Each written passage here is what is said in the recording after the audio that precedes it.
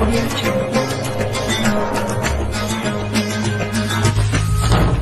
نوجوانوں کو خاص کر کے مخاطب کر رہا ہوں، آج ہمیں بھی غور کرنے کی ضرورت ہے۔ ہماری جوانیاں کدھر جا رہی ہیں؟ جوانیاں کدھر لٹتی جا رہی ہیں؟ ہماری جوانی کے قیمتی لمحات آج کدھر ضائع ہوتے جا رہے ہیں؟ ہماری زندگی کے یہ قیمتی لمحات آج کدھر صرف ہوتے جا رہے ہیں؟ اس طرح کے اہل اللہ کی زندگی سے سیکھنے کی کوشش کیا کرو۔ آج کے نوجوان کی نہ کوئی منزل ہے، نہ کوئی مقصد ہے، نہ کوئی نظام حیات زندگی ہے، نہ کوئی ترجیحات ہیں۔ خدا کے لیے وہ زندگی ہے جس زندگی کے اندر اپنی آنے والی زندگی کی راہ متعین کرنی ہے۔ در جوانی توبہ کردن شیوائے پیغمبری اور وقت پیری گرگ باشد پرہیزگار۔ جو بھیڑیا ہوتا ہے نا، جو جانوروں کو چیر پھاڑ کر کے کھا جاتا ہے، یہ جب جوان ہوتا ہے، اس کے پنجے کے اندر طاقت ہوتی ہے اور پاؤں کے اندر قوت ہوتی ہے، اس وقت یہ ہر جانور کو چیر پھاڑ کر کھا جاتا ہے اور دوسروں کو موت کے تحفے بانٹتا ہے۔ یہی بھیڑیا جب بوڑھا ہو جاتا ہے، پھر جنگل کے کونے میں تسبیح لے کر بیٹھ جاتا ہے اور کہتا ہے وقت پیری گرگ باشد پرہیزگار۔ اب میرا اس سے مراد توبہ نعوذ باللہ کسی کی دل آزاری نہیں، بلکہ نوجوانوں کو سبق دینا مقصود ہے کہ یہ وہ جوانی کی عمر ہے جس عمر کے اندر اللہ کے نبی نے فرمایا کہ جس علاقے میں ایک نوجوان توبہ کر لے، اس نوجوان کی توبہ کی برکت کی وجہ سے آس پاس کے قبرستان سے اللہ 40 دن تک عذاب اٹھا لے گا۔ میں یہاں پر اکثر یہ بات کرتا ہوں کہ اگر نوجوان توبہ کرے، اس نوجوان کی توبہ سے مرنے والے لوگوں کو اتنا فائدہ ہو کہ 40 دن تک عذاب نہ آئے، تو جس گھر کے اندر وہ نوجوان توبہ کر کے رہتا ہوگا، اس گھر کے اندر کتنی رحمتیں آتی ہیں۔ یہ کبھی کامن سینس کی بات ہے نا، ذہن میں سوال اٹھتا ہے یا نہیں؟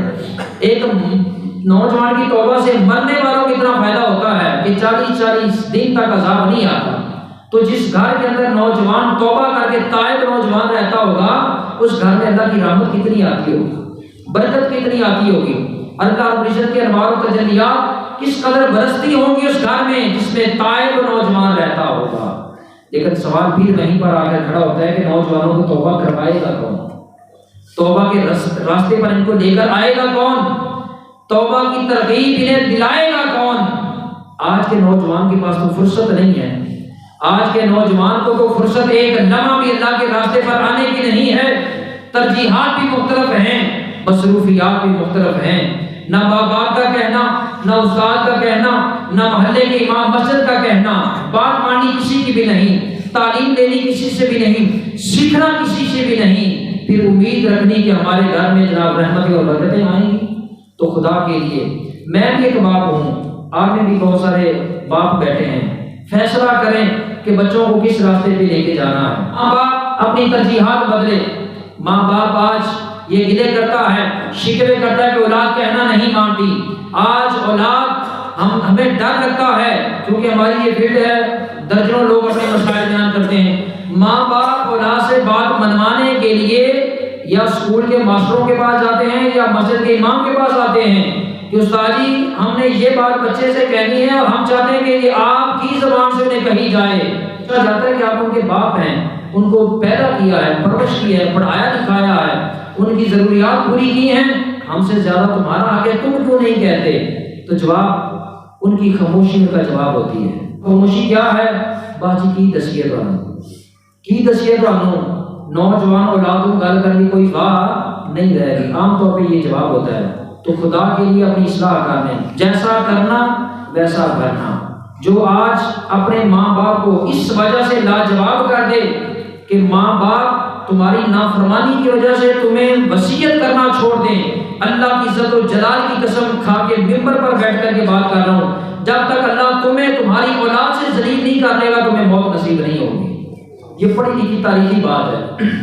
جس کے والدین اولاد کی نافرمانی کی وجہ سے ان کو وصیت کرنا چھوڑ دیں اور ان سے اپنی ضرورت مانگنا چھوڑ دیں صرف اس لیے کہ مؤثر جواب نہیں آئے گا، میں پورے دعوے کے ساتھ یہ بات کروں، اس کو اللہ اتنی دیر تک موت نہیں دیتا، اس لیے کہ اللہ کا قرآن کہتا ہے ہل جزاء الاحسان الا الاحسان، جیسا کرنا ویسا کرنا، یہ مکافات عمل ہے۔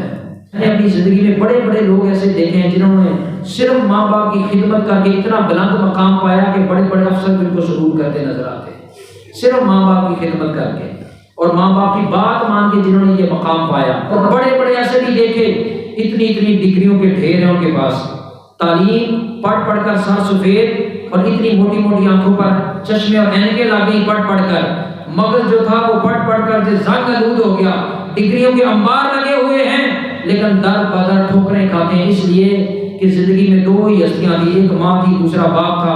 رب نے کہا کہ اگر تم چاہتے ہو کہ میں رب کے بعد اس کا شکر کیا جائے تو فرمایا انشکر لی ولی کا، جیسے میں رب کا شکر تم پر واجب ہے اسی طرح تمہارے ماں باپ کا شکر بھی تم پر واجب ہے۔ تو خدا کے یہ نوجوان اپنی ترجیحات بدلیں، سوچیں اس بات کو، تمہاری زندگی کی جنت اللہ نے تمہاری دنیا میں ہی رکھ دی ہے۔ جس نے، میں اس لیے اکثر کہتا رہتا ہوں نا کہ جس کے ماں باپ حیات ہیں وہ دربار بعد میں جائے، اپنے ماں باپ کے قدموں پہ پہلے جائے۔ میں پورے دعوے کے ساتھ یہ بات کہتا ہوں، اور جب میں اکثر بات یہ کہتا ہوں کہ تم میرے اپنے مجھ سے ناراض ہونے لگ جاتے ہیں، میں کہتا ہوں کہ دربار میں پڑا ہوا اللہ کا بزرگ وہ تو شاید کسی 150ویں حصے میں بھی تیرا رشتہ دار نہیں لگتا، لیکن تیرے گھر میں بیٹھا ہوا بزرگ وہ تیرا والدین، وہ براہ راست تیرا مرشد ہے، وہ براہ راست تیرا مالک حقیقی ہے، ان کے قدموں میں بیٹھ۔ میں اکثر یہ کہتا ہوں کہ دربار پہ چادر ڈالنے والے اپنے ماں باپ کی ضروریات کا خیال کر، ادھر چادر چڑھائی شاید تجھے فائدہ دے یا نہ دے، لیکن ماں باپ کی ایک ضرورت پوری کرے گا تو اللہ تعالیٰ تیرے لیے رزق کے خزانے کے دروازے کھول دے گا۔ کسی غریب کی بہن، کسی غریب کی بیٹی کے ساتھ پر چادر ڈال، وہ ڈالے گا تو تجھے دنیا میں بھی فائدہ دے گی، آخرت میں بھی فائدہ دے گی۔ دربار پہ چادر چڑھا کے تو گھر نہیں پہنچے گا، بچاور اٹھا کر اس کو بازار میں بیچ دے گا۔ نہیں یقین آتا تو جا کر دیکھ لیں بڑے بڑے بازارات پر، آپ چادر چڑھا کر باہر نہیں جاتے، اٹھا کر شام کو ساری اکٹھی کر کے پھر پیک کر کے دکانوں پہ پڑی ہوتی ہیں۔